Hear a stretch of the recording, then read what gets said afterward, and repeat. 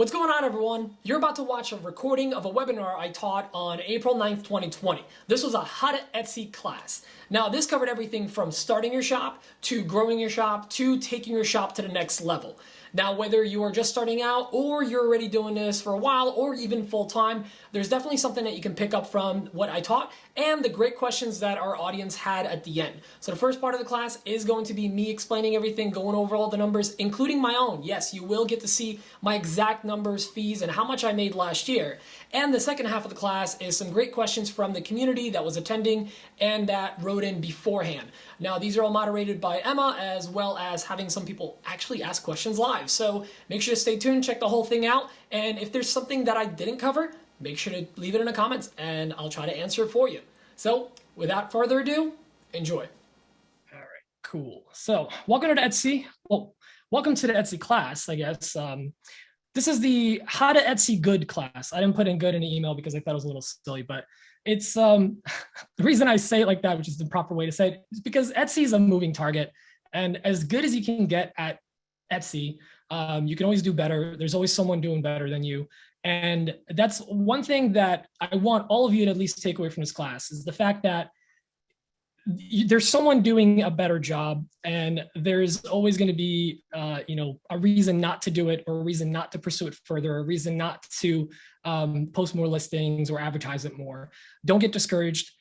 Actually, Emma sent me a quote recently. It's basically, if you're in a fog or in a snowstorm and you can't see where you're going, can you see your next step?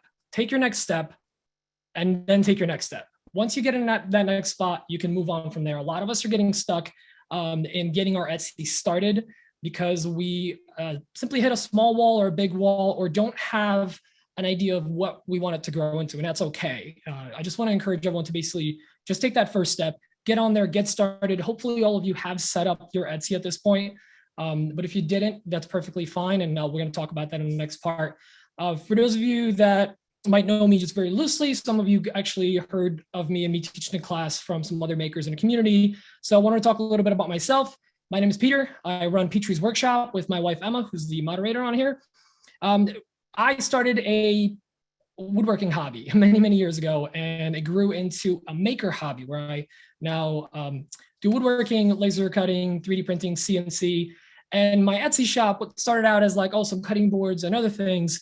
And actually, I'll share my shop, has grown into actually a predominantly kind of a small scale manufacturing brand of 3D printed items. So this is my shop.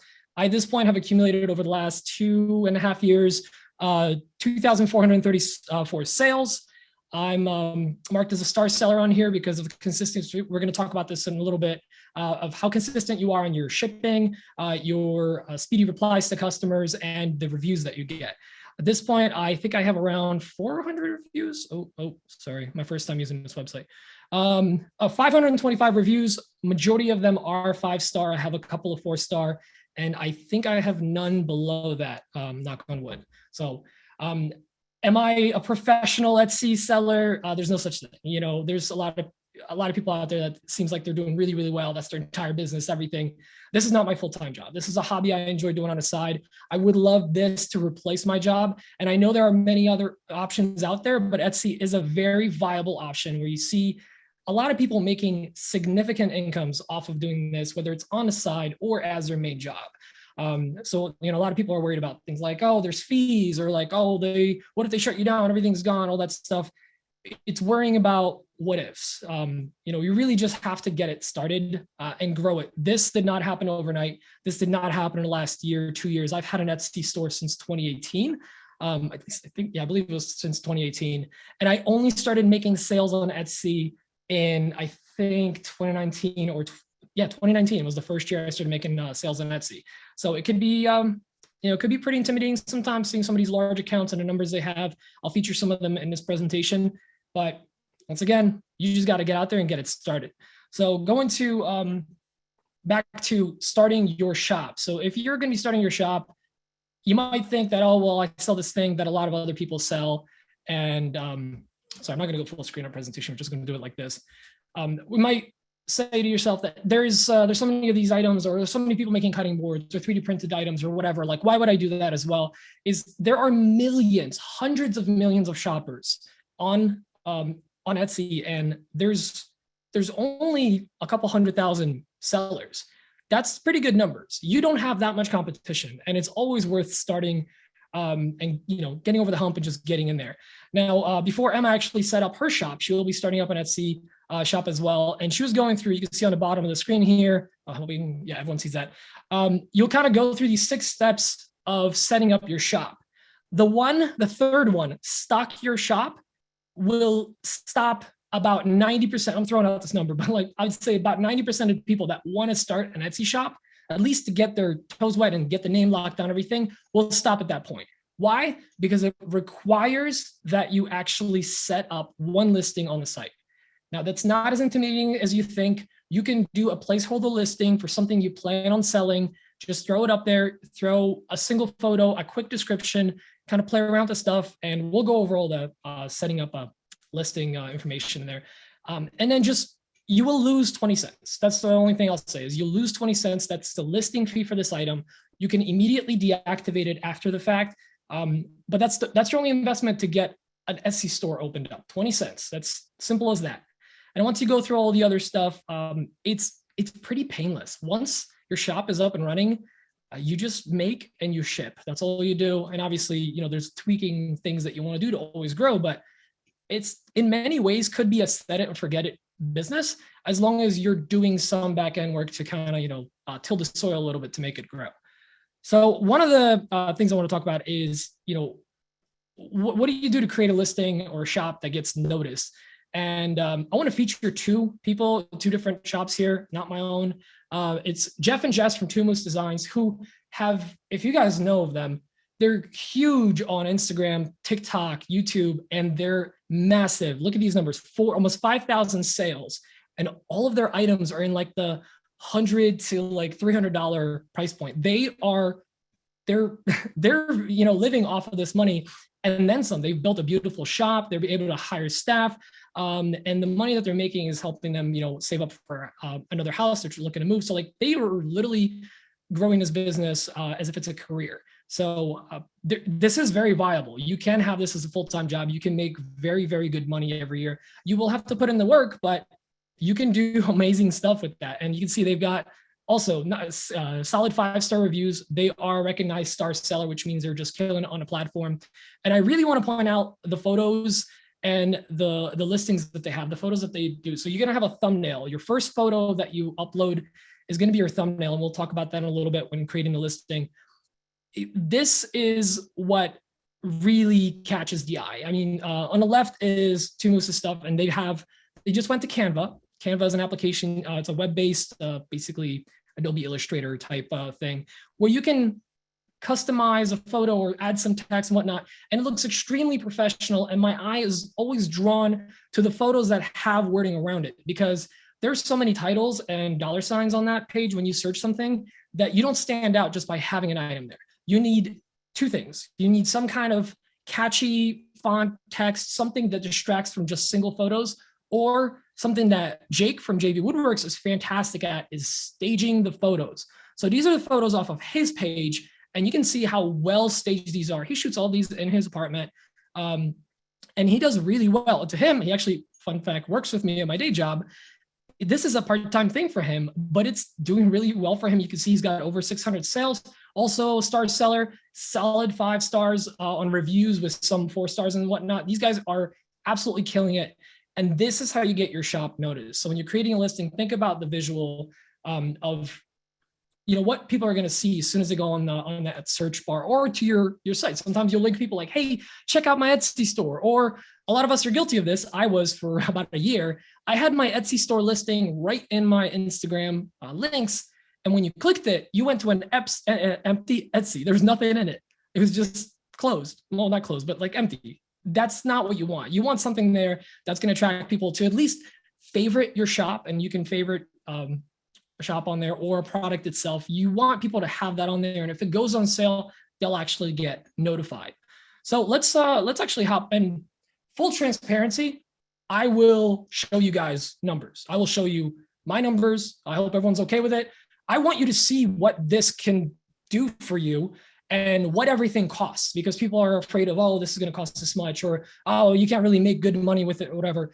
Like, there is viable money in this, and you can also enrich people's lives by creating awesome products, and you can share them with more people by listing them through this site. So let's go to Etsy now and kind of look around at what we got there. So first things first, Etsy it's not just a storefront. Etsy is a search engine, one of the biggest search engines in the world. And it's also a social media network. I know people don't think of it that way, but there is a favorites button here. You can follow different accounts. You can actually, if you I've got my shop here, but then you can click on me. Who owns the shop? Oh, Peter Kapar. You click it, you get a little description of who I am, where we're based out of, and then all the things I favorited over the years. Some of it is from my friends because I love to help them grow. I'll favorite their stuff so it just looks better that people are favoriting their items, as well as just stuff that I might save, for the future, because like, oh, I might want to download this or whatever. This is a really good way to use this because almost in no other place in the world can you just directly spy on a competition, if you will. You can see what people are charging, how well it's selling. You can see if something's, it'll say on people's pages, here, I'll go back to mine. You'll go to people's pages and it'll say like, oh, 4 people have this in the cart, or 20 people have this in their cart.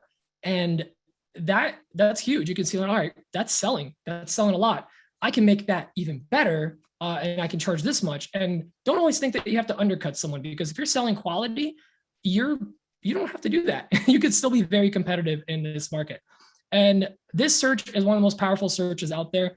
You'll start searching stuff, people think like, oh, I want cutting board, or I want this, but people search for things like for dad, last minute gift, fast shipping, random stuff like that. And you can actually get highlighted as, as an item right at the top of the list if people are searching for the things that you have listed in your listing. So let's go over to the shop. So once you've set up your website, you'll have this shop manager part here, and this will take you to your shop manager. You usually end up at your dashboard. These are, by the way, my exact numbers. Feel free to look at them, screenshot them. I really don't care. These are my numbers of what I did. It's today's, no, it's wrong. That's not today. That's the last 30 days. There we go.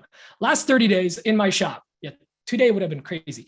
But this is the amount of views I've had. This is the amount of orders I've had. This is how much I've made in revenue. This is basically the amount that is being deposited into my account after all the fees have gone out. Now, this does not include shipping because I don't do shipping through Etsy. I do shipping through another site. We'll get to that in a moment. But this is what you can do, in a month or more. I know people that make 10K or 15K a month on Etsy, and some of them don't even hold inventory. They do digital files. So you'll have this shop manager. A lot of us have seen this. Some of us have not. And that's fine. Again, we'll set you guys up there. But first thing I want to go over is just creating a listing and getting yourself started. And for those of you that have kind of made it to that point in that setup process and got stuck, I want to go over creating a listing, because majority of your work is going to be created right here on this add a listing page. I joke around always that ABL, always be listing. You always want to be listing stuff on here, because if you're not adding new items, there's certain things that it kind of goes stagnant or stale after a while, or they're seasonal and you're not going to be selling as many of those. So it's good to have multiple items. Anytime you create a new item, throw it up there, whether it's a digital file or something that you can quickly make, so you can just remake it, and you can make it as a, basically a bottomless pit of items. You can put in the amount under with a quantity of 999. That's the max you can put in here. So that just simply means that you have unlimited stock. You can keep making that item. And that's how a lot of people make their money on Etsy that are makers. They'll actually make the item after it's purchased. What I like to do is, because it's 3D printed items and I can make them ahead of time, I do like to try to stock up a little bit and hold a little bit of inventory. And that's a good way to do it too. But depending on what you're doing, it may be a little difficult to hold a lot of stock. So that's another thing that kind of limits people. But what you'll do is you'll add a photo. What's cool is it gives you kind of different angles that you can already try using a product, whatever. The more you can demonstrate in this part, the better, because customers are going to have a lot of questions. And this might sound kind of counterintuitive, but the less you have to talk to a customer and have them purchase, the better. You want them to have all the answers they need before they even get to you. And the first thing starts with a photo. Your initial photo is going to become your thumbnail. And when you upload a photo, just keep in mind that I don't have anything ready, but it will crop it to a square. just like I showed you in the previous page where Jeff and Jess's and Jake's, JJJ, images were, it'll crop it to a square. So you want to make sure whatever you put in there, that it is the right aspect ratio for that thumbnail. So that first photo isn't, let's say, a tall photo, and a customer only sees a short section of that actual item. When you're uploading, it gives you a little highlighted area so you know what is actually visible. And if you need to modify that in any way or spruce it up, Canva is a great way to do it because it is free. There's also a paid version that gives you a lot more creativity, some more patterns, and it also lets you remove backgrounds, but that's really not necessary. I pay for it because I have the value, I find a value in it, and so does Emma. We use it together, but it's not something you have to pay for. So it's just, once again, another resource that you can get for totally free. This is something fairly new. Within the last 6 months to a year, Etsy added video. So they just want a short, literally 5 to 15 second video. Yeah, they say right, 5 to 15 second video of showing the item, whether it's you going, hey, this is a handmade cutting board. I use this wood, this wood, this wood, or just panning around or whatever, or it doesn't, you know, we create these TikToks, Reels, all these short form videos all the time for Instagram. You can literally just take that item of you installing the thing or cutting on it or building it and throw it in here, because adding a video will actually boost your visibility on Etsy. And when a customer sees a video as an option, they're more likely to click on it because they're going to linger on that page. You want them to stay on for that extra 5 to 15 seconds, because that could be the difference between them clicking back and scrolling down to learn more. So keep that in mind. And this is another thing I tend to say a lot. You've heard me say this on the podcast, another Woodshop podcast that I do with Mike and Dan. If whatever Etsy Daddy says, you Etsy Daddy do. I always say that jokingly. When Etsy sends you an email that says like, hey, you should try out this new feature, you better be trying out that new feature. If they're like, hey, are you going to be joining us for the Easter sale? You should be running an Easter sale, because they want to promote the shops that want to work with the platform. And if there's a special event, they want you to be a part of it. And if you're a part of it, they're going to boost your views. You'd be more likely to be seen at the top of that page, that first page. Because let's be real, if you're not on the first page, it's like Google. You might as well not exist, right? So next is, actually, I'm gonna go back up to the top. So let's talk photos just for a second. Did you guys know that photos have something called metadata, and not meta like Facebook, but metadata is essentially information that's stored in the photo that goes anything from the file name to the information that might be in there, like tags, and you can actually put text in there as well. But the best thing you can do for your photos is actually name all your photos relevant items. For example, I sell a lot of tool holders, so I can say DeWalt, tool holder dot PNG or whatever it is, or JPEG. If all my files are named a version of that, that is searchable. That is your first piece of how you're able to be found in that search. That all those are keywords, and if someone's searching for an item, even if it's listed nowhere in your stuff, that does come up in your page's metadata that this file is called this, that this customer is searching for, and you'll end up somewhere on that first page. So keep that in mind. Now, this is something I'm guilty of not doing. All of mine are like numbers and letters and then JPEG, but it's something that I'm trying to do going forward for all my new listings. Next is what we all see first, which is obviously your title. Now, everything in this is fully searchable. This is what people are gonna see when they search for stuff. You might sometimes see that people have these like paragraph long names for their item. It's like cutting board for charcuterie, walnut, maple, cherry, juice groove, 3 options, or like fast ship. You don't have to put fast shipping, but like there's all the things that are important with it you can throw into that. A lot of times for digital files, you'll see people put in like fast download, SVG, DXF, all these and all the file names in that, so that it can be easily found as well. And people will see that. And of course, whatever you can add to the photo at the top as well in Canva or in other applications, Illustrator or whatever, you can really help stand out with that. Now, after that, you're kind of going through, and by the way, I want to just recognize that this might be kind of elementary to some people, but I want to go over all of it and the importance of all of this so that we're all kind of on the same page. Next is, about this listing. Who made this? Where is this made? Now, this is important because if you're making it you want to put that in. But if you are getting it, if you're, let's say, doing some print drop, drop shipping, on-demand printing or anything like that, you want to make sure that you put that someone else made it, and then you can actually add a production partner. That's another option that you can have in here. So if you put in that another company or person, you put that in, and then eventually it'll ask you for production partners. So I have two. One is Organic Crafts. You guys might know Mike. He also has an Etsy shop. He makes really cool hats with the leather patches. The other one is Printful. Now, Printful is an amazing print-on-demand service. You can basically get whatever logo you want, whatever design you want, printed on shirts, hoodies, anything like that. I actually have one. I just got this cool 3/4 sleeve baseball tee made. Got my logo thrown on there, and it's done within just a couple of days. And the cool thing about this is with drop shipping, especially, you hold no inventory and everything is done. You basically get a sale, and that sale almost immediately goes away because it's being processed by someone else. It just sits in your Etsy, and when it's finalized, they lock it out for you. You don't have to worry about it. All the shipping, everything's updated, so the customer will know that their item's coming. They'll have their tracking, and you have to do nothing. It's one of my favorite things to sell, along with digital files, and we'll talk about those in a little bit. So next is categories. Whatever category, like you can see this workbench storage, all of these subcategories are all of the categories that you will come up under if you select this. So all 4 of these will come up. If somebody searches for storage and organization, you will come up under that search as long as there's enough relevant things in your listing. So keep that in mind. If this already says like workbench storage or something, you don't need to be putting it everywhere all over your page to try to get a boost on that word. It's already in there. Next is renewals. So sometimes you might make a one-off item, or maybe 2 you have in stock, or 3. That's when you do a manual.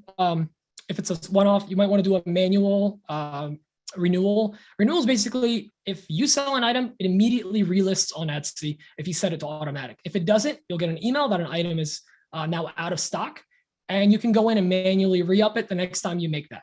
A lot of people do that when they make one-off items or specialty things. But usually, if you can, you want to try to keep it on automatic, because if you have multiples of that, or if it's an item that you can make regularly, you want to keep it on automatic so people are always constantly buying it. If you ever get to the point where they're buying too much, or you don't have the time to make it, you can always extend your delivery time. And we'll talk about that a little bit later. Then you have physical or digital. Again, physical item, I mean, it's pretty self-explanatory. Physical or digital. Digital item simply means a lot of people are buying SVGs, DXF files that can be used for lasers, CNCs, for designs, or they could also be digital art, things that you can throw on a t-shirt or do it as a print. So you want to make sure to specify which one. The digital one is really cool because you can simply upload a file. Now there's a limit of 5 files and megabyte amount as well, which let's see if I can see it here real quick to show you guys. It didn't show me the, doesn't show me the amount, but if you do a digital file, there's 5 item limit. So if you have more than 5 items, let's say you're doing a sticker pack. I know there's some artists in here. I don't know if Adam sees in here, but he's an artist, and he might want to sell a bunch of stickers or images or murals or whatever, and it'll be a bundle. Now, if it's more than 5 items, all you have to do is just take that, throw it into a folder, name it whatever you want, and zip that folder or compress it, depending on what kind of, if you're a Mac or PC. And then you upload that one file. However, I've bought files that are enormous, that are hundreds of designs as like a bundle or a sale or something. What you could do then is essentially upload like a dummy file and reach out to the customer immediately after purchase, and you would email it to them. That's how the vendors have done it with me. So this is amazing because in most cases, a digital file, you'll simply get a notification on your phone that says, hey, you sold an item. And then you'll go to your orders, and there's nothing in there. It's already processed. Money's already in your account or Etsy account. So these are fantastic. If you can do any digital files, if you're creative like that, I highly recommend it, or a combination of physical and digital. So with physical items, with any kind of items, you want a good description. This is something that constantly grows for me. I'll write something up. Usually Emma the next day will find a bunch of typos, fix them for me, or tell me what to fix. But then anytime I have a customer reach out to me in messages and ask me a question about the item, I'm putting it in a description. I want that answer. I want that answer in there before it's asked, or the question answered in there before it's asked. So I want to make sure to put in as much info in there, and stuff like this is handmade or made in the USA, or, if you're a military service member, retired or active, it doesn't matter. You might want to put that in there. People want to shop from certain people. You want to make sure that you put in as much information in there as possible. You don't want to be, I've seen people put like veteran made in the title. Fantastic. I respect that. But that's something that would actually be a lot better to put into the description, still fully searchable, but it's not muddying up your title.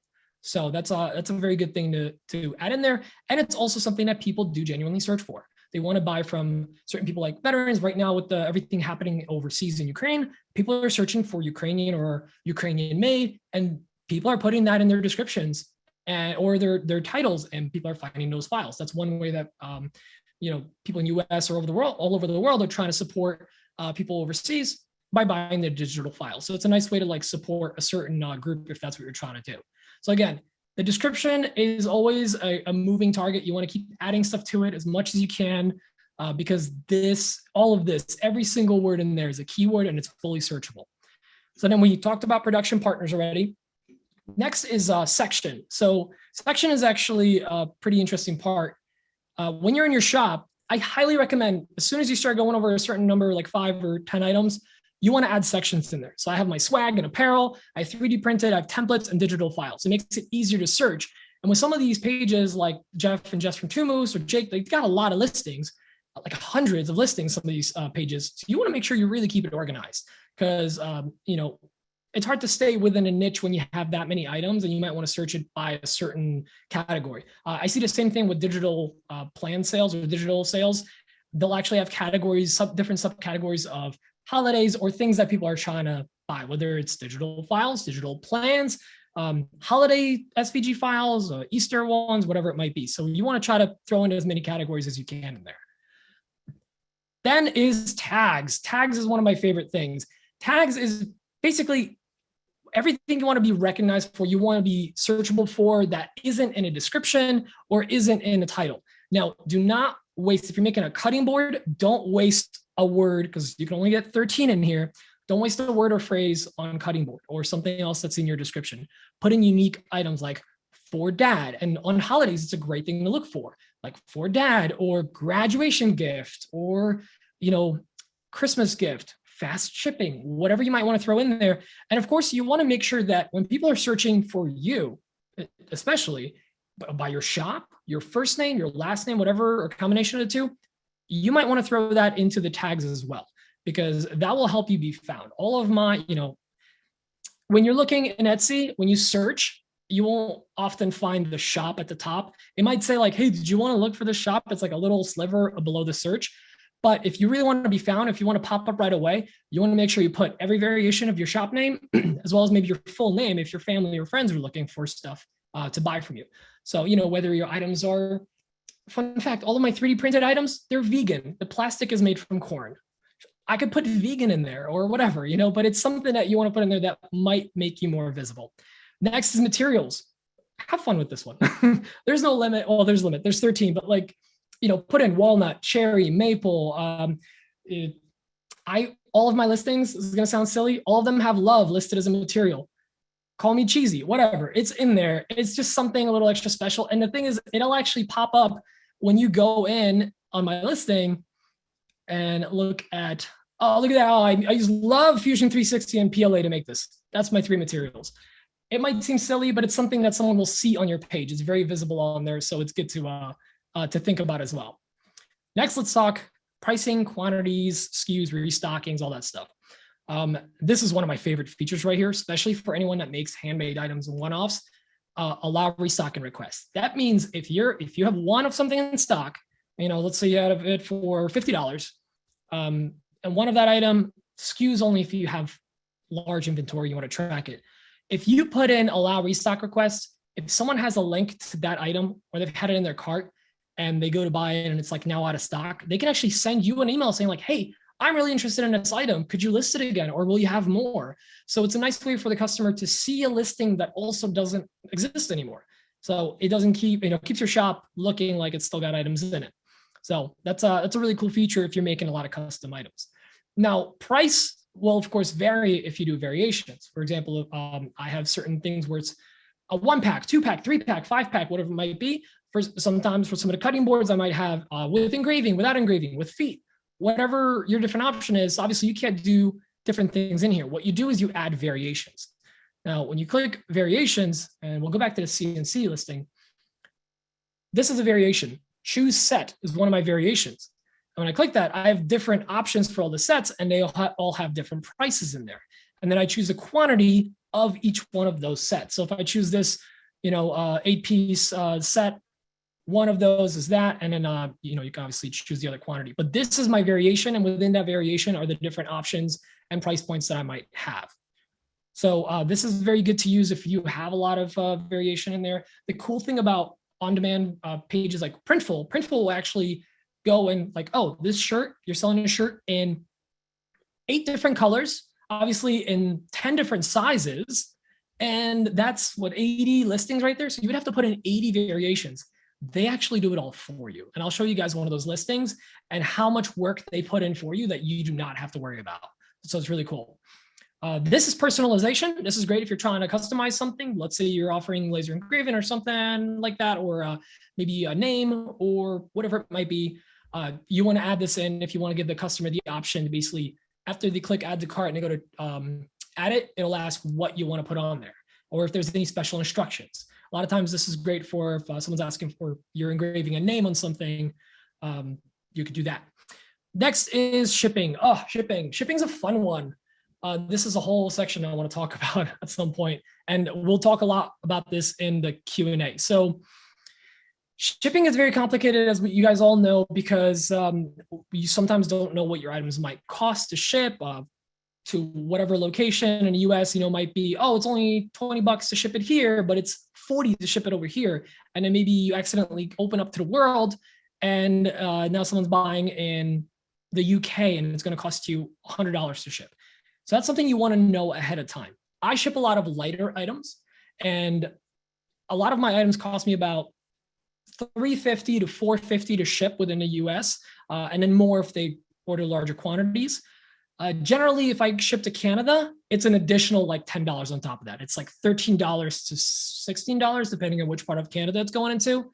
And then anywhere in the outside of the US, all over the world, gets a little complicated. So what I have is I have a custom listing that I created that I just named it US, Canada, and International. So one of the best things you can do for your shop is offer free shipping. You will actually get boosted with free shipping. Like they will show it off on the page. You offer shipping, free shipping on this item.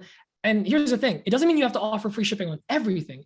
You just have to offer free domestic shipping. That's the key word here, free domestic shipping. So you can charge out the wazoo if you want for Canada and all over the world as well. So in the US, I offer free shipping. Canada, I have a fixed price. Now, there is an option to have Etsy actually calculate all the costs for you, but I choose to do it myself because this covers me pretty well. So if I have a free shipping on this, I'm out about $3, let's say $4. For a fixed price of $10 to ship something to Canada, if the shipping's about $14, they paid a $10, I still only pay $4. I'm right there with the same cost to me as the US shipping. Then every additional item they get is $3.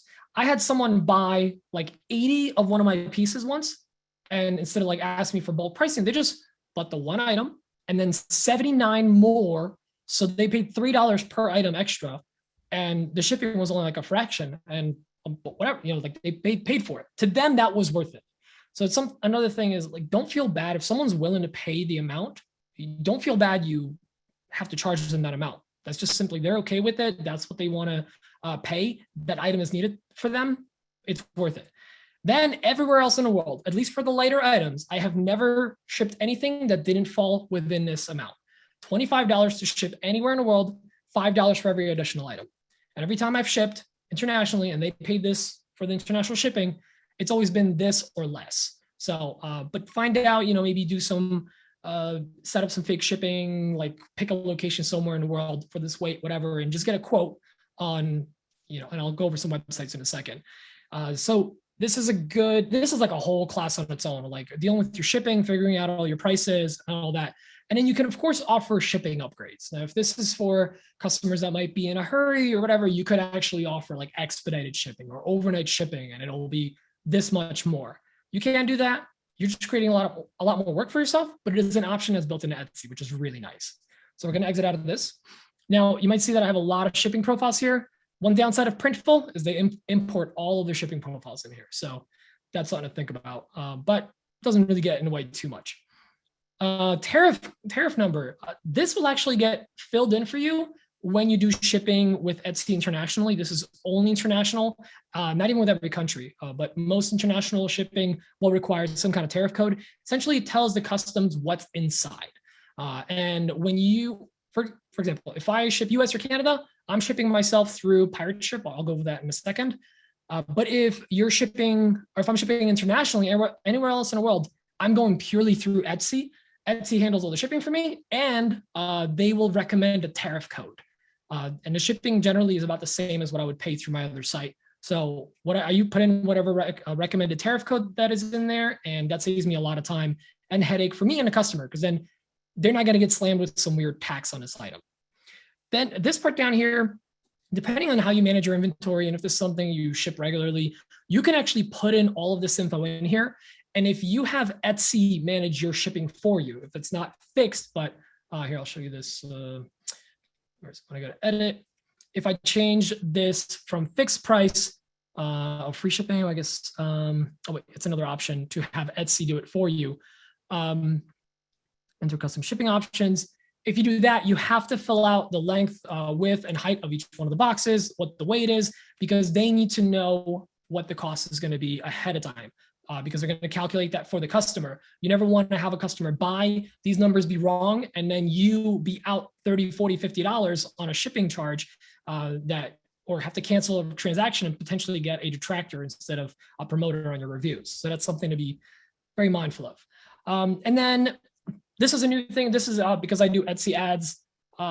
It'll ask you if you want to advertise this item as well or not. So let's say you fill out a lot of this stuff and you're not quite ready. Oh, I didn't take all my beauty shots yet, or I don't know what the shipping is going to be. I got to figure out how to ship it. You can go in and save this as a draft. I have several drafts in my page, and I can just go in at any point later and just ship those items. Or I'm sorry, not ship those items. I'll list those items. So that's pretty much it for the listing part of it. This is a lot of it. Now I want to kind of go more into shipping a little bit more. So for that, we're going to actually go back to our presentation. So I should learn how to use this. So this is my shipping area. I apologize for being a little messy here, but this is how I ship everything. I used to ship everything out of my living room. Emma knows, she lived with me. There would be little bins set up on this little ledge that we had in our living room, and I would fill them with stuff. There'd be paper sticking out everywhere. It was a hot mess. Basically, our living room is shipping and receiving. Now we have this spot in the basement. I have an old IKEA desk in there. I measure all my packages. I have all my white boxes up top. And when you ship an item, there is something to be said about consistency. When you get an Amazon package at your door, like, you know it's Amazon. When you get something for, it's a USPS box, like it's always the white box with the red and blue writing on it. When you get things from Zappos or some of those other sites, like you get excited because you know what's inside that box. You see it from far away and you go like, oh, I know what that is. Me personally, I try to have that same effect with people. I actually had somebody repost the other day. They got one of my packages. They're like, I get so excited about seeing these white packages because they've ordered from me multiple times now. And all of my boxes are corrugated, folded boxes. I have a couple right here. So these are all the boxes that I use. They look like this. So there's some stuff in there. Medium-sized ones, small ones. This is actually most of my shipping that I do fits in a box like this or a box like this. The other thing I do is I get biodegradable peanuts. I like them because they're better for the earth. And if I'm going to use cardboard, at least I can offer some biodegradability to it and keep it a little green. This is a conscious choice on my part. Can I get brown boxes cheaper, regular ones that just fold flat and tape them? Yes, I can. But to me, it's only like 5-10 cents less per box, sometimes a little more. But this has a nice look to it. It folds up nicely. And the presentation is really good. I think when a customer gets something like this, or one of my white envelopes, which you could also see in the photos there, it makes it pop. People see it. The other thing I do, and this is one of my favorites, and I learned this from someone when I got a package from them on Etsy, is add a sticker, something simple like this that just says, hey, your order is here. And many of you have ordered from me. You've gotten a box like this with the sticker on there, and you see the logo, you see the writing, and you don't even have to read the label. You know what it is. It's that thing you ordered. So the other thing I love to throw in there is a sticker. Every one of my orders gets a sticker. I've pretty much stopped doing sticker swaps. I just tell people like, hey, like I include them with that. Sorry, because sticker swaps are a lot of work, as some of you know.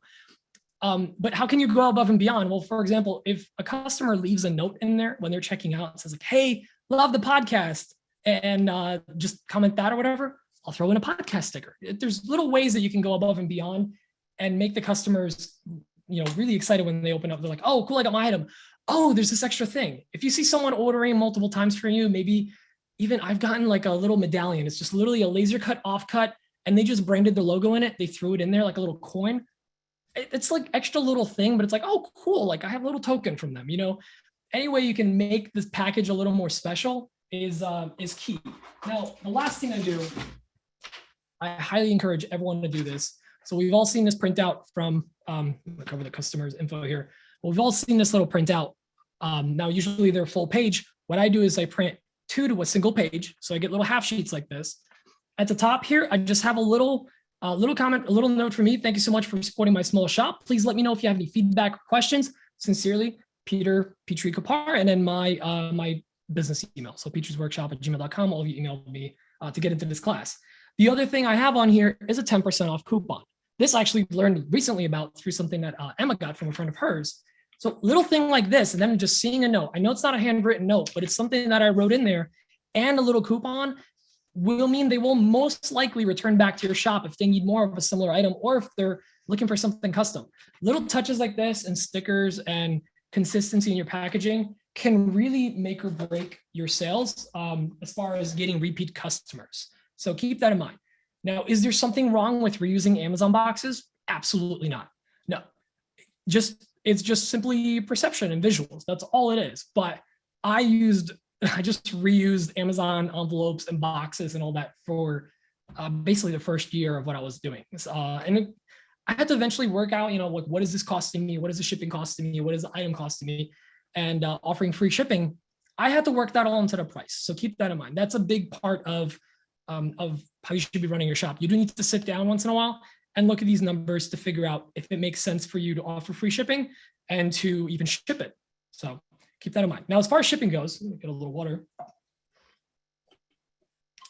These are some of the more popular shipping options out there. I personally use Pirate Ship.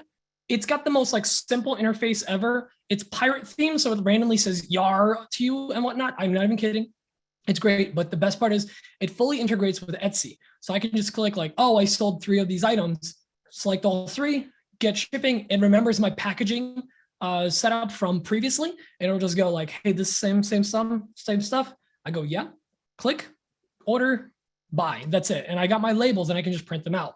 ShipNerd is also very similar. The only thing with ShipNerd is I find it to be a little more difficult. And ShipNerd for a while was the better option for heavier items. So if you're doing cutting boards, or if you're turning, wooden bowls or other heavier items, ShipNerd was great because they offer DHL and UPS. Now Pirate Ship offers that as well. The last one is stamps.com, which does USPS, and I think now, they do UPS. It's right there.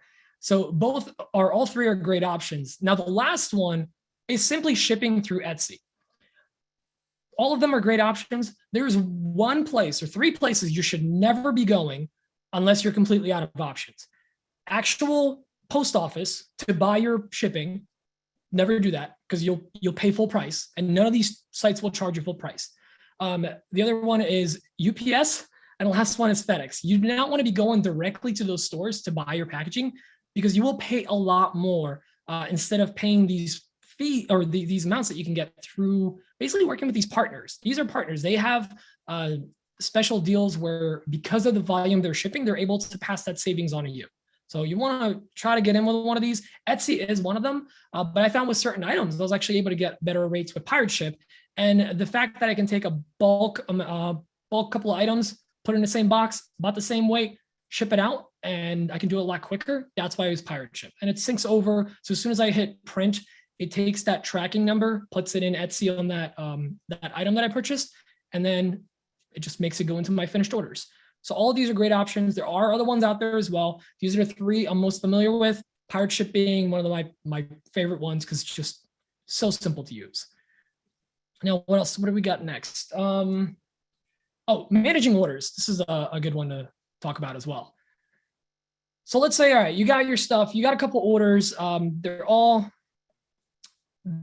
packed up, and or you need to pack them up. You want to try to track your orders here. So you got your orders and shipping. These are ones, or these three are not ones that are usually there. I think in most cases, you're just going to get new under orders, just new orders and completed orders. It's great to actually divide these up. For example, if I'm printing stuff or if I have to make an item, I will move it out of new into fulfillment. And I know that that item is addressed, I'm working on it. And it's easy for me to mentally track it. When I look at Etsy, I go, okay, 0 new, 2 in fulfillment. Cool, I'm working on 2 and I'm good to go. The Printful one is because when they go to actually print the stuff, it takes a couple of days. So it sits in there for a couple of days and then it goes away. But I put it into Printful, so it's like a set it and forget it. I throw it in there, I don't have to think about it. It just simply cleans up my inbox of new. That's what it is. Completed, obviously, self-explanatory, completed. Around the holidays, I was getting so slammed with orders. I was doing like 50 to 100 in a week. So I actually had to set up a ready for ship. So as soon as I got them out of fulfillment and they were getting boxed up or ready to be boxed up, they'd go ready to ship. And then like I'd come back a few hours later and actually ship all of them. So you can customize this however you want. You can add different sections, use it however you want, but play around with this. Hit the little pencil and get stuff, all the information you need right here. Okay, cool. All right, we're not done yet. Next thing I want to talk about is Star Seller. So Star Seller is something very important. It's, it's part of the metrics you get on Etsy. Star Seller is essentially, if you hit 95% response rate, 95% or higher in your 5-star rating. So you can have a couple 4 stars as long as the 5-star average them out, and 95% or higher on-time shipping. So this is my track right now as it stands for May. My previous month, I think I was just a little higher on the 5-star. I just got 2 4-star reviews. Breaks my heart, but what are you gonna do? Well, what are you gonna do? We'll talk about that in a sec with the metrics. I actually reach out to my customers if they give me anything less than a 5-star, because you'll be shocked how many times they go, oh, I thought I gave you a 5-star. Yeah, let me fix that. And they just fix the review for you. The other thing that they just added is actually badges. So even if you don't get Star Seller and don't get that little badge on your account, that's okay. You're still going to get this little one of these tags if you're one of the 3 categories is above 95 or higher. So, and you can actually see, so yeah, Star Seller, it'll appear here. And when people search for you, it will appear as a little badge underneath your listing, as well as these 3 badges here. So if, let's say I don't have Star Seller because I shipped stuff late, I would still have these other 2 badges right in this spot. All right, next is, so now we're gonna get into like the nitty and gritty, and we're gonna talk about stats. So Etsy gives you some really, really good stats on what you're doing, how you're doing, where your traffic's coming from, compare it to previous periods. This is just phenomenal information, especially if you're trying to grow and figure out where your traffic is coming from, where it's not coming from. So just to give you guys an idea, I'll be fully transparent here. Last year, these were my numbers, and this was my year. Every year is a big smile. It's a nice dip. I had over 1,000 orders on Etsy, had about a 3% conversion rate, and I made almost $26,000 on Etsy. That's not counting shipping, because most of my shipping came from Pirate Ship, but my shipping accounted for about, I think about 5,000 or so of that. So these are pretty big numbers. I had almost 32 or over 32,000 views on the site as well. And you can see where all of them come from, whether it's from Etsy search or SEO or just people searching you, if it's direct traffic, social media, which is one of my favorite areas to look in. And like, look, it's even Pinterest. Like now, this is one of the more recent things that I set up is Pinterest. And Pinterest is driving me traffic. It drew in this many eyeballs. And, that could have been potentially 1 sale or 50 sales or 100 sales. So whatever it is. So this is why I always preach you should lock down every single platform you can, because you never know where the traffic is going to come, whether it's Tumblr, which is apparently still a thing, or Twitter, Facebook, or whatever. For me, regularly, Facebook and Twitter are the lowest performers. Twitter mainly because I don't really post on there, and Facebook just because I don't really advertise on there. I do have a business page there, but it's not necessarily where I push a lot of my traffic. So refer to this page as much as you can. You can look at your order numbers, your conversion rate, your revenue. And if your conversion rate is 1% or 8%, don't compare it to other people, because depending on what kind of item you're actually selling, that number could really vary. I have friends that have lower conversion rates than me, but they're just making way more sales. But that's fine. They're just getting a lot more eyeballs. Then there's other people that pretty much 1 in 10 people that go to their site buy their things because it's very directed, like, oh, I need this, or this is a quick impulse purchase. It's $3, it's $1, it's a digital download, it's easy to get. Whatever it is, these are great things to follow. And then you can, of course, look at your previous year numbers as well. This gives you a nice little comparison. You can see where I was in 2020. I made just barely $200 that month in January. And the year over that, I made almost 3.5. So these are phenomenal. Like this is how you grow. You have to just get involved. You have to start somewhere. You have to start with 1 sale, 2 sales, 3 sales, whatever it is. But eventually it will grow. As long as you keep feeding that beast, it's going to be there. And it's going to keep growing. Now, when we talk about stats and finances and fees, people always talk about fees. That's one of the big complaints that people have. And we talked about Star Seller already. Let's talk about fees. Everyone complains about fees with Etsy. Oh, it's like so expensive. It's this, it's that. Like, oh, it's not worth it. It's not worth it. You take all your money. Like, no, you're getting a lot. And I cannot stress this enough. This is one thing that I actually get annoyed about when people talk about it. You get so much free stuff from Etsy for a little bit of the percentage. You're paying for a service. You have a free website to list all your stuff for sale, basically free advertising. You're being thrown into searches with very limited work. You just throw in a couple things into your description. If that matches whatever that person's looking for, you're popping up on that front page. You're going to get sales. And you only pay this if you sell. If you have stuff up there and it expires, every 3 months your listing will expire if nothing sells. All right, you lost 20 cents. You know what costs to do business? You gotta spend money to make money, right? So your fees that you're going to be looking at with every sale is 20 cent listing fee, a 5% transaction fee. This is something Etsy charges you for the actual sale. This will be going up to 6.5% starting Monday. So, yep. But it's still, it's still minute. And then the 3%, which is a fairly standard credit card processing fee, plus 25 cents goes to Etsy. So the 3% goes to the credit card companies, 25 cents goes to Etsy. This means that, this might seem like a lot of numbers are taken out. Everyone's getting their little fair share. On a $20 item, if you sell a $20 item, you're paying about, I think it's $2. It's about 10%. Yeah, so about $2 in fees. I looked it up because I had an item sell for $20 today, and it was $2 of fees. Now, on top of that, there's also tax. But what happens is the customer will actually pay $21.08, whatever it might be, and the fee being taken out, the taxes out of that are going to be taken out at whatever rate they were supposed to pay, but that's collected automatically by Etsy. That's another real benefit. You don't have to do any tax work. If anyone here actually owns a business or works for a business in finance, you know how crazy tax laws are and all that stuff, and Etsy does all of that for you. At the end of the year, I walk in, talk to my accountant, I give him my full profit from Etsy. They actually send you a form from Etsy after you make a certain amount. I give him my full profit. I tell him what all of my fees were, and then he just does it for me. I give him like 5 numbers, and my taxes are done for Etsy. A lot of people freak out about that. And it's like, oh, it's this, that, whatever. Your fees, that's a cost of doing business. That's something you can write off. And the more you write off, the more of your profits you get to keep. So keep that in mind. It's not all bad.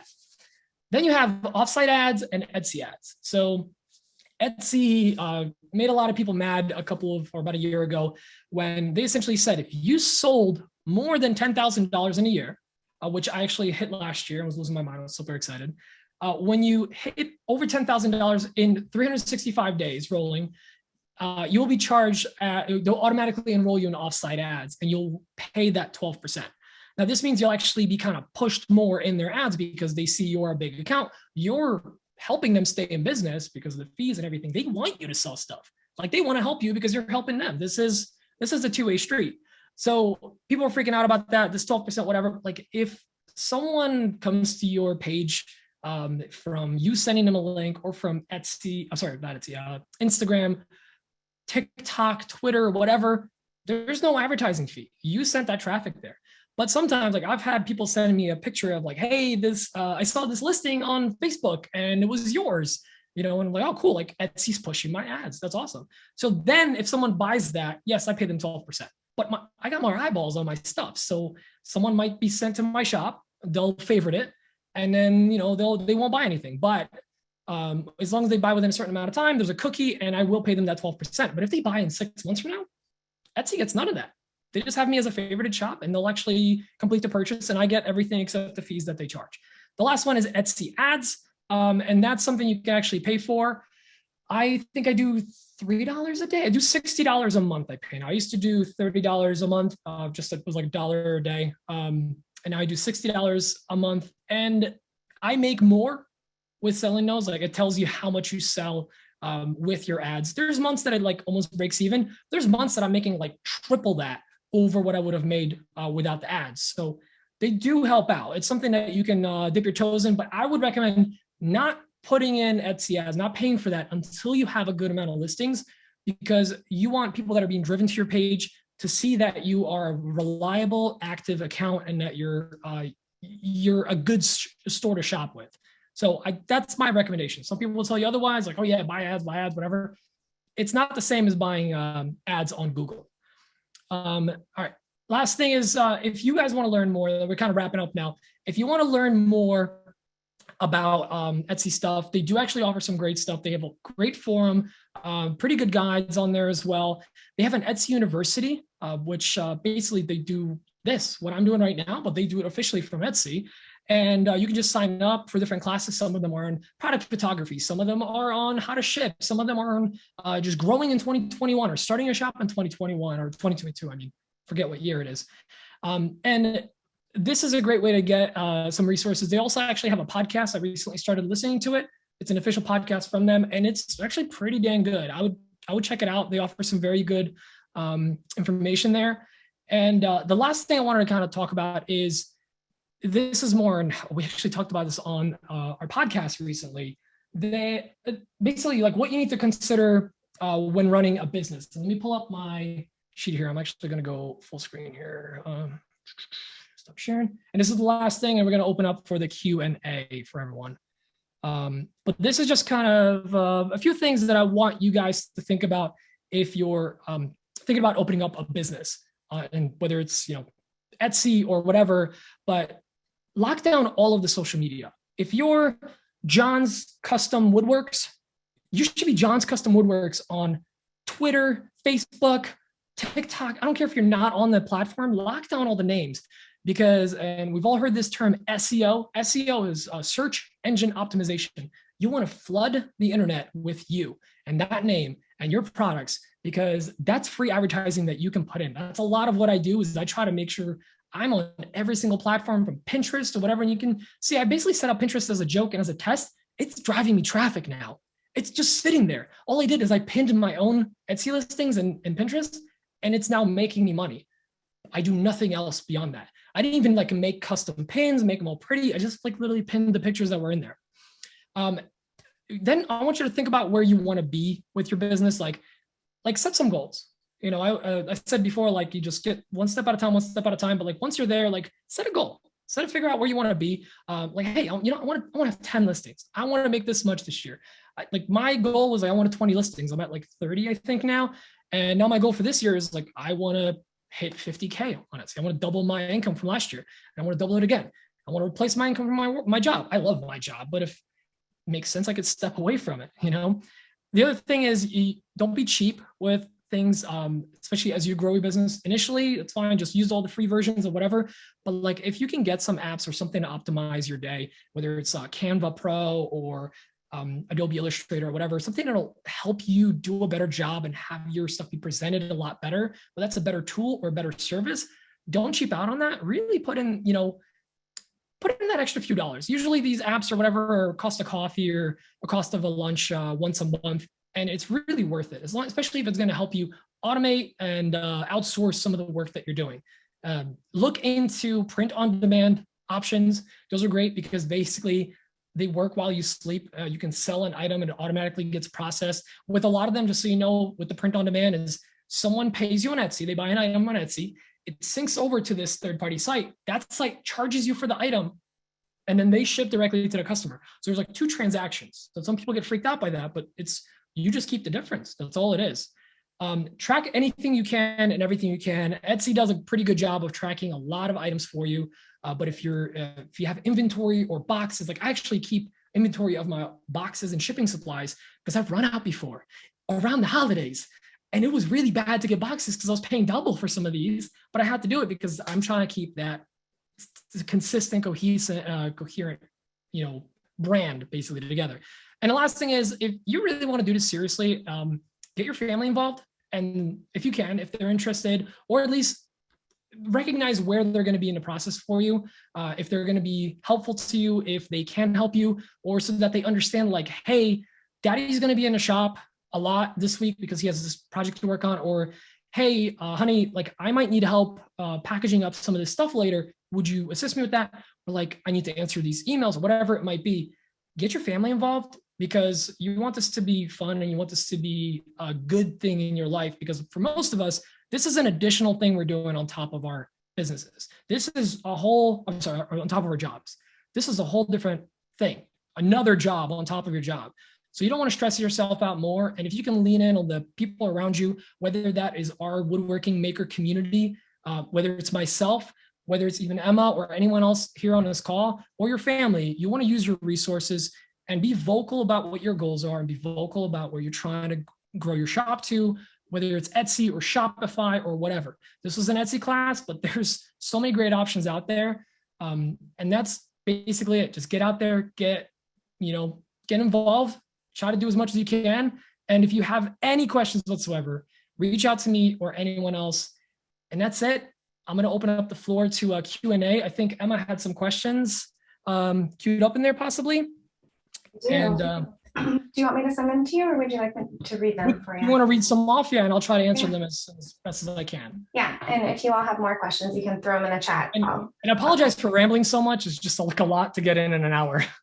Okay, so I left them in order of how we went through the class. So first question is from John from Huntington Builds.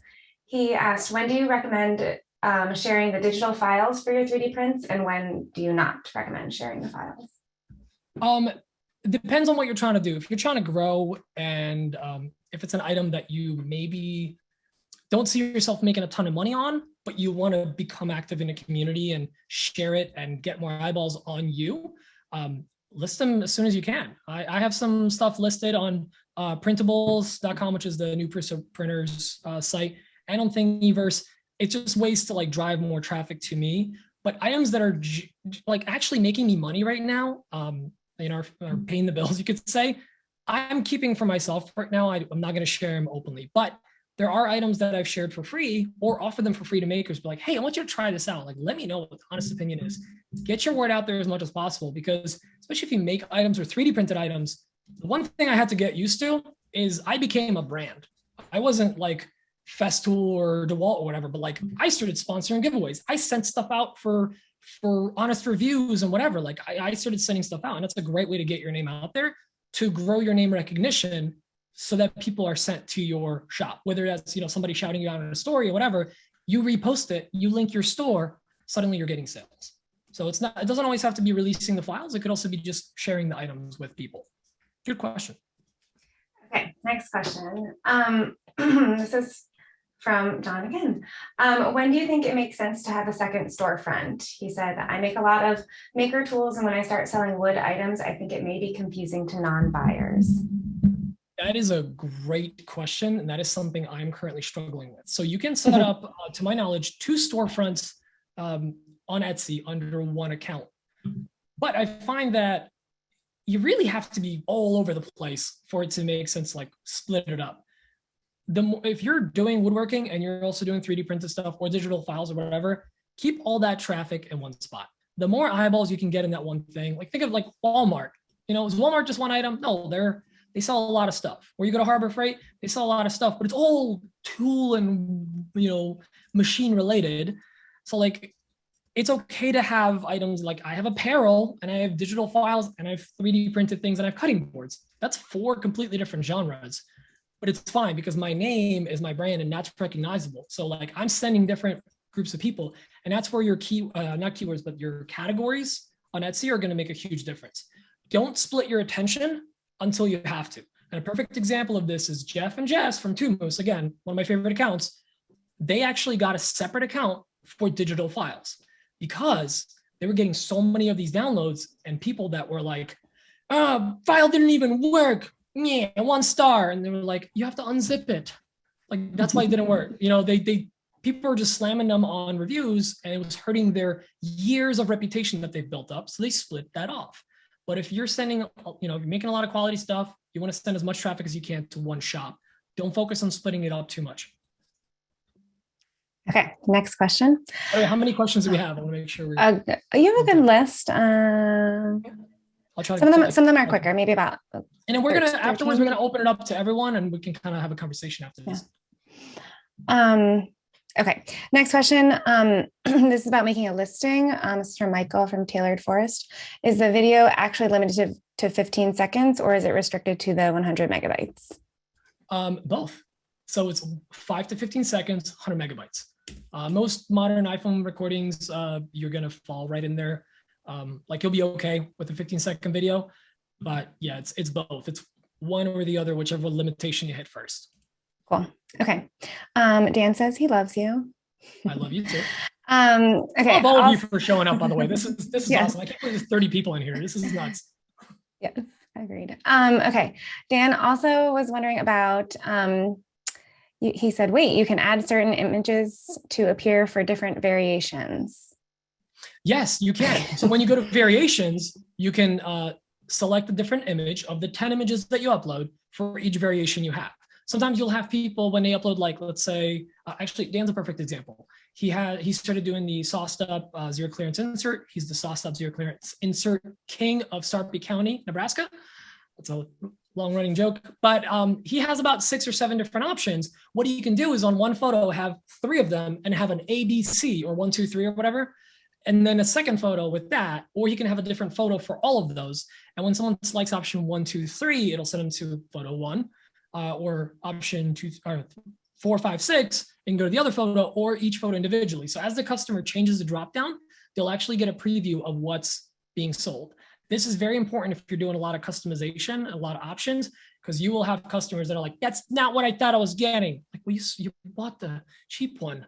Why do you think you were getting Wenge? You know? So, Dan just followed up with, is that desktop only, or is it on the mobile version of Etsy also? Do you know? I don't know, and I'm not gonna lie to you and tell you something. I've only done it on the desktop. The desktop does give you a lot more options. Also, the mobile version, especially on an iPad, when you're creating a listing, if you, God forbid, click, because it's like a window that's not quite to the frame. If you just barely click out of the frame, that listing's gone. All the information you put in, gone. There is no, would you like to save? It just goes away. I've literally lost it trying to make listings on my iPad. So fair warning. Okay, next question. This is from Lynn. She wants to know, under categories, can you have subcategories also, or are you just limited to the one level? To my knowledge, it is just the one level of categories. Yes. I've only ever seen that. Okay, that's a quick one. Ryan wants to know, do you prefer to list through a computer or over the phone app? I will mostly do on a computer. Sometimes when I just want to throw up a listing real quick as I'm working on something, getting photos together, I'll start on there. I'll save it as a draft, and then I'll pick it up on a computer. The computer gives you a little more options, and there's certain things that you won't see on the phone, if I remember correctly. So I try to finish up or at least touch up all my stuff afterwards on a computer to make sure no options were missed. Desktop is always going to give you more information. Okay, this is from John Grubb. He says, I'm looking to split my brand into 2 distinct brands. Any input on experience with running multiple Etsy shops? So kind of repeats. Yeah, so the same thing. You can split it. If you're like, one of the examples, we are going to set up Emma's shop is because she has some great ideas. But if I made them, these more feminine items, I'd be kind of like, like, oh, Pete's like suddenly 3D printed items and then like earrings or whatever. It kind of not be on brand, you could say. So we're thinking like, okay, let's grow 2 shops. One is more like the 3D printed stuff and some woodworking stuff and more tool related items and maybe cutting boards and whatnot. And then Emma could I would make it, but she would sell it. So that's why I said, get your family involved, get your wife involved, husband, loved one, brother. Try to stay away from friends because that could get a little complicated if there's a fallout. But yeah, run 2 shops if you want. Cool. Next question is, where do you buy the bio peanuts? The bio peanuts, you can get them from Amazon, but I got these from Uline. Oh, so actually, let's talk about that real quick. So I got these from Uline. I got them in like the 17 kilogram, whatever, bag. It's like the size of me. It's enormous. And I bought 2 of them 2 years ago, and I'm still going through them. Also, Emma orders products for her Mary Kay business, and they come with biodegradable peanuts. So I kind of get a top off every month, which is nice. But that's where I order that stuff from. Now, here's some recommendations on where you can buy boxes.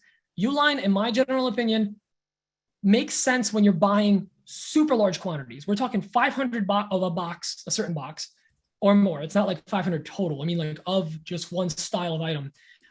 That's when it makes sense to go with Uline in most cases, but compare all the numbers. I actually have a spreadsheet where all of these boxes, I have a price from Staples, which generally actually the cheapest for boxes like this. Staples, Amazon, Uline, and then someone recently recommended Grainger. Grainger's another good one. They offer boxes. And last but not least, look at supply stores like restaurant supply stores and just paper supply stores, like places that supply actual businesses. Hit them up and see what they can offer you, and maybe be like, hey, I want 300 of these boxes. What can you offer me? I have this one, for example. I got this one because I'm like, oh, this fits like some smaller cutting boards with some padding and whatnot.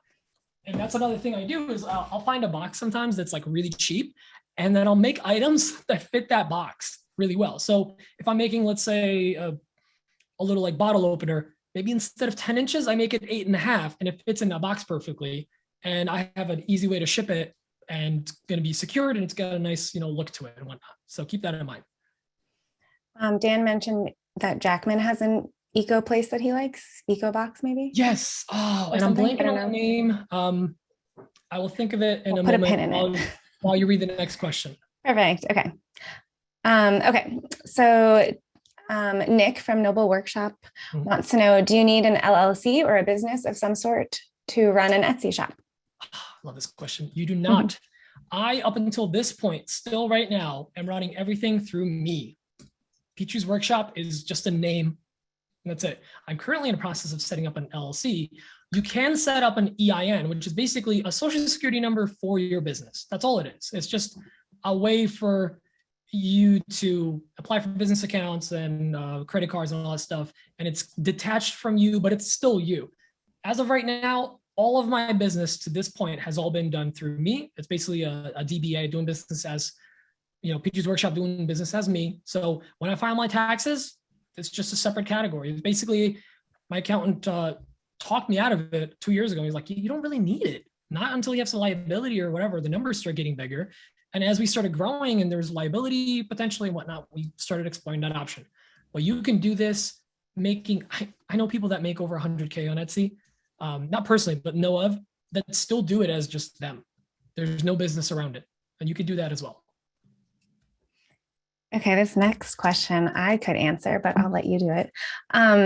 Michael Root wants to know, do you just drop your packages off at UPS or USPS after using Pirate Ship, etc.? We have we're in a very small town.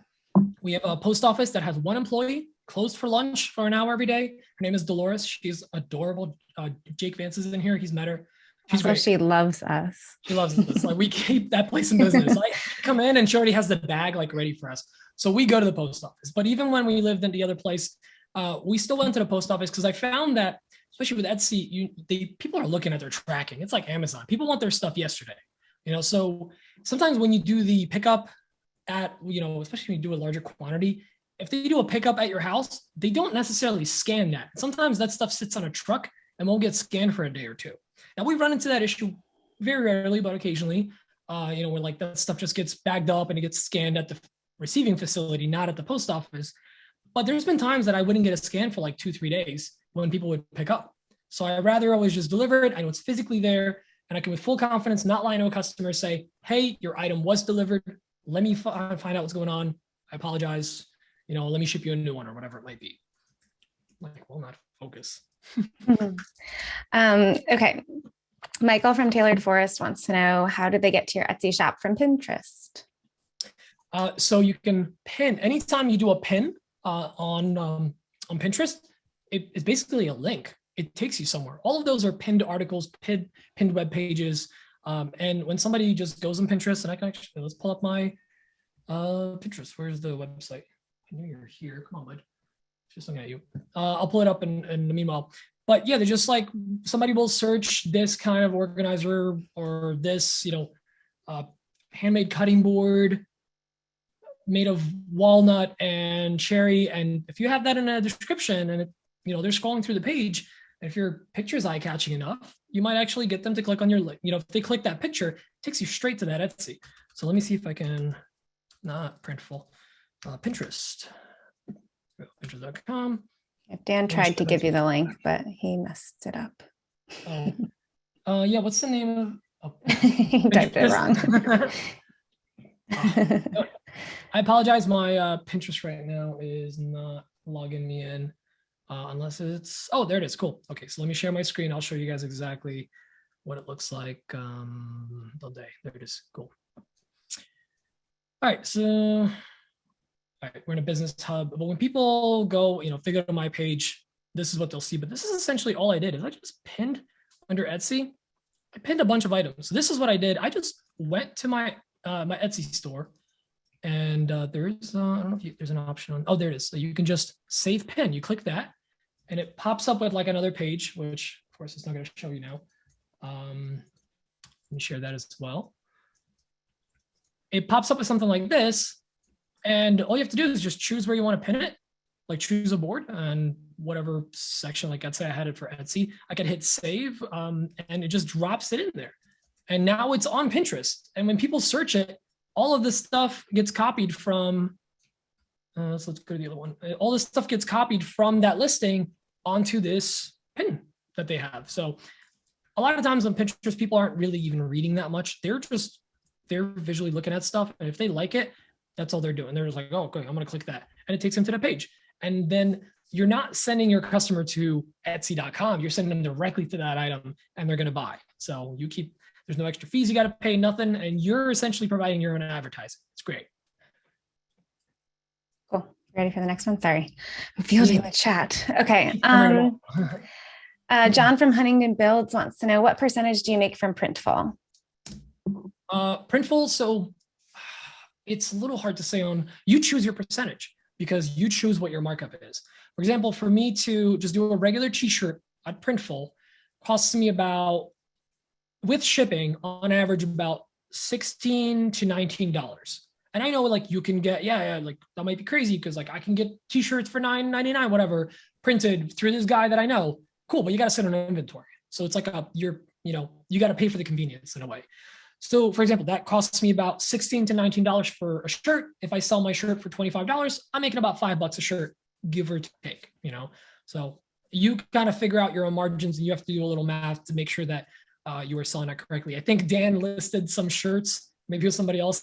And then the way they listed them, they were like just breaking even, if not like losing money on a transaction. So Dan's laughing. Yep, it was him. Yeah, so you got to keep that in mind. You don't want to be listing it for like $19 and then like with fees and everything, you're paying $20. Keep that in mind. Cool. Mark K wants to know, do you brand your 3D printed items with a logo? I do. Yes. All of my items, or most of my items, have a logo somewhere that I put into the design because I design all of my own items.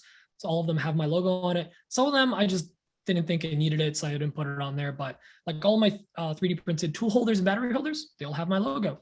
Just one way to, differentiate yourself. Frank Russo wants to know if you can change your shop name on Etsy at a later point. Yes, you can. You can change pretty much everything on Etsy, and I encourage you to add as much as you can in there. For example, we went in about a year ago, not even a year ago, a couple months ago, and put in like a whole little bio about me and Emma for our shop and what we do and where we're based out of and all that. So, the more you can put in there, again, it's like a social media network. People want to see that you're shopping from a person too. When you go to Etsy, Etsy's not a big store. I mean, it's a massive store, but it's not like you're going to a Walmart or whatever, you're getting something that's been mass produced. You're buying from people. So that's why you may have noticed that under my page, my name is actually listed. It's just a photo of me. It's not even like a Peaches Workshop logo, whatever. Like, no, I am the seller for Peaches Workshop. So you can see I have just a couple of words in here. You can actually add a banner in here, which is something I don't have. You can also see that my photography is not the best. Once again, these are all baby steps you just got to keep taking. For me, photos is the next thing. Emma's actually going to be helping me out with Canva. But go in here, put in as much of a bio as you can and make it very personal. You can. Cool. This is the last question. If I missed your question, please resend it in the chat. Or raise your hand and we can. Or you can ask your question. So this is from Michael from Tailored Forest. He wants to know, what would you say the honest cons about Etsy are? What are misconceptions that sellers have going into it and should be prepared for? So the con is, fees. You do have to pay someone, but I don't see that as a con as much as a cost of doing business, you could say. The other thing is, you are going up against a lot of people on that site. Some that are, it's just like me. Every time I look at it, I go, there's people way more talented than me with way better photos, with way better SEO, with way more sales. It can be a little more demoralizing than like selling locally or something. But and then when anytime you get a review and stuff, it could be really intimidating. It could hit you a little hard, but like you're essentially running a storefront, whether it's a brick and mortar store or, an online store. Like you're running a shop, and it all the highs and lows come with it. When I get a 4-star review or lower, like I'm not going to tell you, like I get super upset. I get super bummed out. Anytime I get a seller left your review, I'm like, or a buyer, and I'm just like taking deep breaths, trying to make sure like, okay, is it going to be good? Yes, 5-star. Like I really celebrate every single time. And then anytime somebody asks for a return, it's soul crushing because like, oh, is everything okay or whatever. A couple of weeks ago, I had a guy like, they bought a digital file. They thought it was different, like a physical item. And then they like threatened my shop. They were going to leave me a 1-star review. I was like, that's not how we could have just told me you don't want it. And it really upset me. It was like a whole day I was walking around upset. So it's just like owning any business because it's just you. There's no one you can like pawn it off on or blame someone else. Like it's you. You're running the entire thing. That I would say is the biggest con. It's both good because you control everything, but it's bad because you control everything. You can't blame anyone. All right, we got 2 more questions. Do you use a fancy camera to take pictures or just your phone?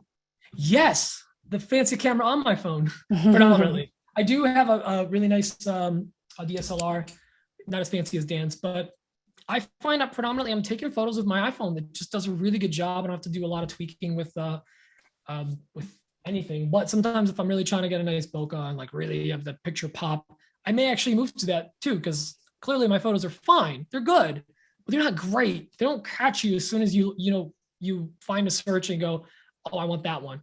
No, people will go to the ones that look really, really good. Or have more color pops or some words in the picture. So yeah, your iPhone's plenty. There's plenty of huge YouTubers out there. All they use is their iPhone or their Android phone. So you don't really need to necessarily get a good camera. Cool. Can you talk more about the short videos for items, backdrops, stages, the item, or more white box or booth? I could have read that better. Sorry. No worries. Any of them. Think of it this way. Having it is better than not. It literally is like just having a short video. You could just do holding an item, just like panning around or just putting it on a desk and like going around with your iPhone. That's all you need to do. A 5-second video is showing the item in 3D and you're golden. That's it. You can get like one of those like lazy Susans and just like rotate an item while you take a video, and that will already just boost your thing, and it shows as a video. And Etsy's like, oh, this person's very serious. They're putting videos on all their stuff. It really doesn't have to be much. I'm terrible at it. I have it on like 5 listings of my 25 or 30. I need to list more, but the more you can do, the better. Don't kill yourself. You don't need to make a professional, whatever. It doesn't need to blow up on TikTok. It needs to just give someone information. That's it. John has a question about refunds/canceled orders. I don't know, John, if you want to just ask your question or. Yeah, if you guys want to start opening it up, we can start chatting a little bit. Mm-hmm. Oh, I think you're speaking, but I can't hear. Can you hear, Peter? No, I do not. How about now? Yeah. Oh, yeah. There you go. I have myself double muted, sorry.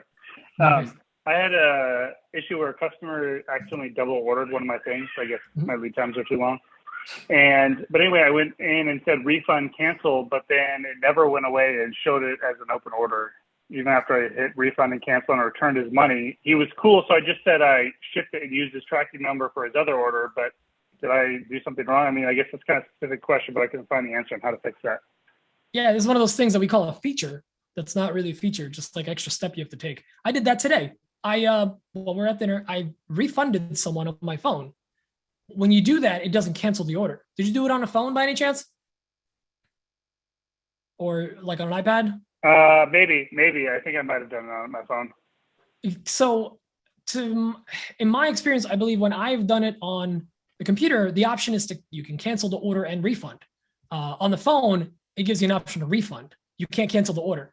Hence, I had to go into the computer and actually cancel it out because it was just sitting there in my new orders with zero amount with the full refund there. So you have to, I think Dan's nodding his head. So yeah, it won't actually do it on your phone. You have to do it on the desktop version of it. Cool. Yep, everyone's confirming. Thanks. Yeah.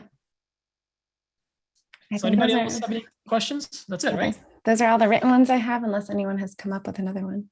Yeah, please, any feedback, comments, concerns, complaints, please direct them to Emma. But if anyone has any questions, please keep asking away. I'm literally going to be in front of this computer for the next 6 hours, except I'm going to start changing to, fun drinks. On the podcast, you talk about SEO optimization. Can you go into a little bit about like what that means, stuff like that? Yeah. So this is something that people get paid a lot of money to do for other people. Essentially what it is when someone searches for you in any way, or your business, or the thing you do or build or whatever, you want to be in, let's say, first page of Google or first page of a search or whatever, because people rarely will go to the next page. Or, if you're not in a top 10 items on Amazon when you search an item, are you actually going to buy it? So SEO is basically using the correct keywords. You're going to hear the word keywords a lot in there that people are going to search for. If you make, handmade or CNC'd phone stands with charging station for watch and iPhone and AirPods, MagSafe compatible, like you got to put all of that in descriptions. That's why on Amazon, sometimes you see these listings with like paragraphs of information in there. And the photos are probably named and all that, because the more information you have there, the more searchable you are. The other thing is you're the first product. You're the brand.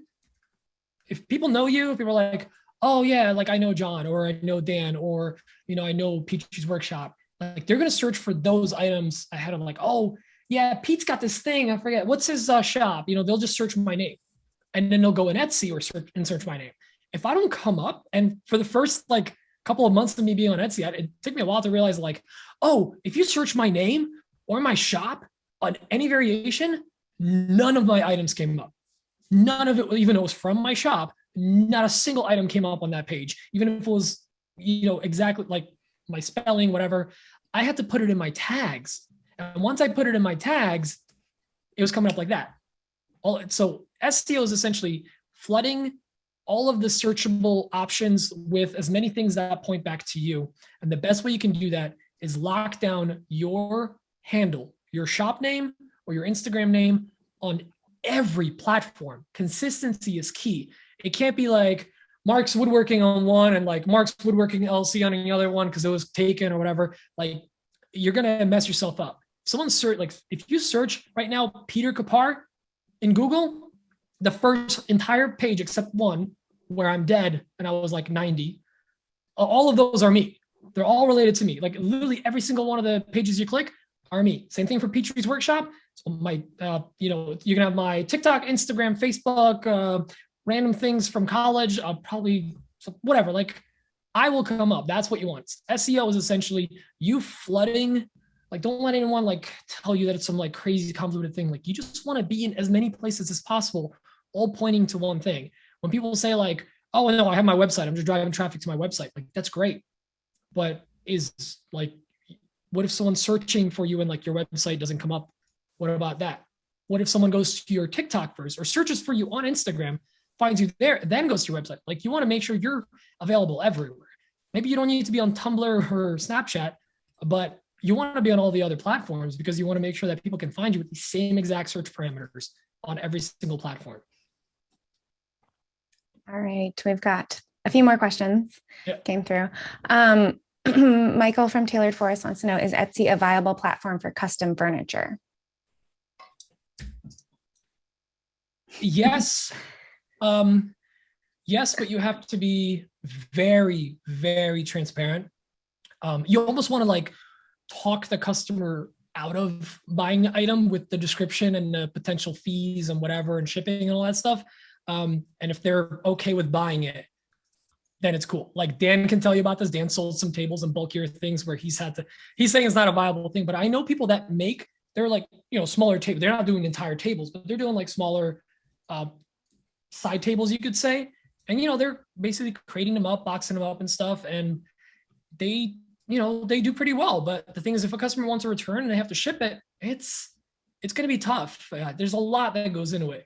I wouldn't recommend it for furniture. I would recommend it for smaller items. But yeah, Dan wants to add more to that. And Dan is really the best one to ask because he's done this and he's made some fun mistakes. Am I on? Yeah. There we go.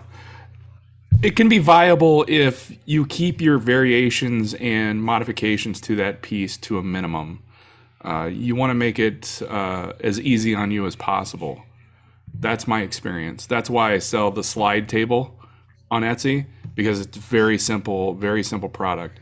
And then you got to watch out for shipping. I mean, shipping can cost a fortune. That simple slide table that I make, I've sold a couple. I'm sending one to Pennsylvania here pretty soon, and the shipping on that alone is going to be $200. And I like to keep everything on my Etsy page free shipping, but that is built into the cost of the piece. So it can be viable, but it's tricky. I'll leave it at that. I'm done. Yep. No, bye-bye. Perfect answer. It's very difficult for larger items. Cool. Actually, I have two other questions, but this is related to what we were just talking about. Chad wants to know, if you want to sell a table, could you set it to a local parameter, like on Facebook Marketplace? To my knowledge, no, you cannot. Cool. Yeah, it would be a Facebook Marketplace thing only, which is a great place to sell as well. It's just, Marketplace, it gets a little tricky sometimes because people tend to want to be haggling you and whatnot. Cool. Mark from Grumpy Woodchucker wants to know, how long do listings last before they're removed? 3 months. So 90 days, they stay up there, and then it automatically gets either taken off or renewed. Okay. And then John Grubb wants to know, have you ever used / do you use any of the paid app sites that will give you better data on your competitors? I do not. It's something I probably should do, and I've been hearing more and more about it, especially watching people on TikTok. And I get a lot of other Etsy businesses on TikTok that are doing really well, and I'm trying to do what they're doing. And a lot of them are using plugins or other websites that give you even like searchability and keywords, like seeing what gets a lot of traffic, what doesn't, and they modify their searches or their information based on that. I'm pretty sure if I did that, I'd probably increase my sales by at least 10%. And that's, again, one of those things that like, there's always more you could be doing. Like guys, I'm doing bare minimum. I'm going to be very honest with you. I'm working very hard on my shop. I'm always trying to tweak something, but I'm doing bare minimum each time. I'm not putting in 8 hours a day on this thing. I'm putting in a few hours every week, maybe 5 hours a week to like tweak stuff, ship stuff, whatever. Well, probably more than that. But like, it's not like I'm sitting there modifying each listing. Most of my listings, I tweaked once. I would maybe edit the description once in a while or the quantity, but I don't really go in and like really tweak everything, modify, change little keywords per holiday. And I'm still doing very well, I'd say. You know, to me, I'm doing very well. I'm very happy with my results. I could be doing better if I put in the work. And that's why I'm trying to explain to you guys from the start is like, if you're doing nothing, the best you can do is something. If you're doing something, the best you can do is something better. Like you just keep growing, that step by step, just keep putting in more work. But a lot of the stuff, especially for digital files and whatnot, if you got it dialed in right, you can just be selling them like hotcakes and you'll never have to touch that listing again.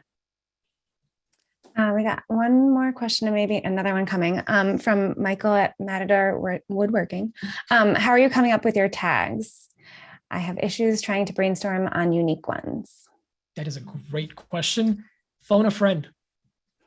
Legitimately ask someone like, hey, if you are looking for this item, what would you search for? You know, sometimes I get a recommendation. It's like, oh, I didn't think of that.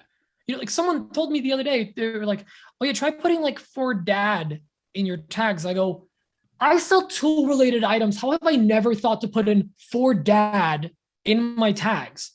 It seems idiotic, but like, I just wouldn't think of it. When I was doing my tags, I was trying to think of like, oh, the brand and this and that. Like, no. So ask a friend. They're going to give you advice, whether it's a family member, someone you know, like, hey, if you were buying this item or searching for it, what would you put in? Because they might call something else, you know, because it's a regional thing or it's a country thing. Like it might be named one thing in one country, one thing in another country. For all you know, you could be missing out on all your Canada sales, you know, like toque or hat. That's one example. You know, they used to sell custom hats. Canada, that's toque, right, Jason? Hey, Pete, I've got one more question, if you don't mind. Yeah.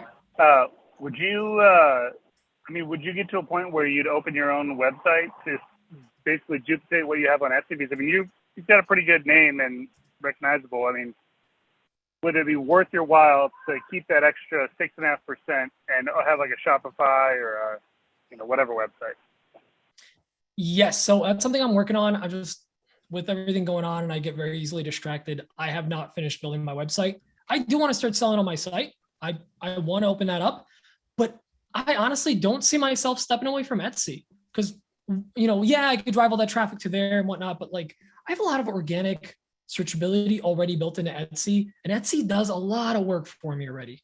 So I could drive. Duplicate. I mean, run both at the same time. Duplicate, absolutely, 100%. Yes, I fully recommend it. That's the only time I'd say split your shops or whatever. Like that's fine. You know, to have multiples. Shoot, you could do a Facebook business pages. I've actually been playing around with it now. I have a store set up, and right now I have it set so like I have a listing, and if you click the listing, it takes you to Etsy. But I could set it so like if someone clicks the listing, they could just buy right through Facebook. I just haven't like really gotten there yet. That's another viable option. But 100% set up your page, even just to have a landing page so people can see all your things from there, but also where everyone can be driven. If you're sending traffic to someone, send them to your site, absolutely. But keep in mind that there is a fee everywhere you go, whether it's Shopify or whatever, because you're paying either with the monthly fees, with the maintenance fees, or some kind of transaction fee. There's always going to be something built in. You know, some of like the 3% plus 25 cents for the transaction, you're going to get that with a lot of payment processing platforms. Just keep that in mind. You can work that into the price, or you can just, you know, pay it out as long as it's a cost you're okay with. Good question. Cool. I think that's all of our questions. That's it. Yeah. Awesome. I hope you enjoyed this video and that you learned something new. Now, if there's any questions that I didn't answer for you, or there's something you'd like me to go into greater detail with, please leave me a comment below and I'll answer as quickly as I can. Also, please make sure to leave a like and subscribe to the channel. That really helps me grow and it allows me to put out more content just like this. With that, thank you so much for watching. I'll see you all in the next one. Love you, bye.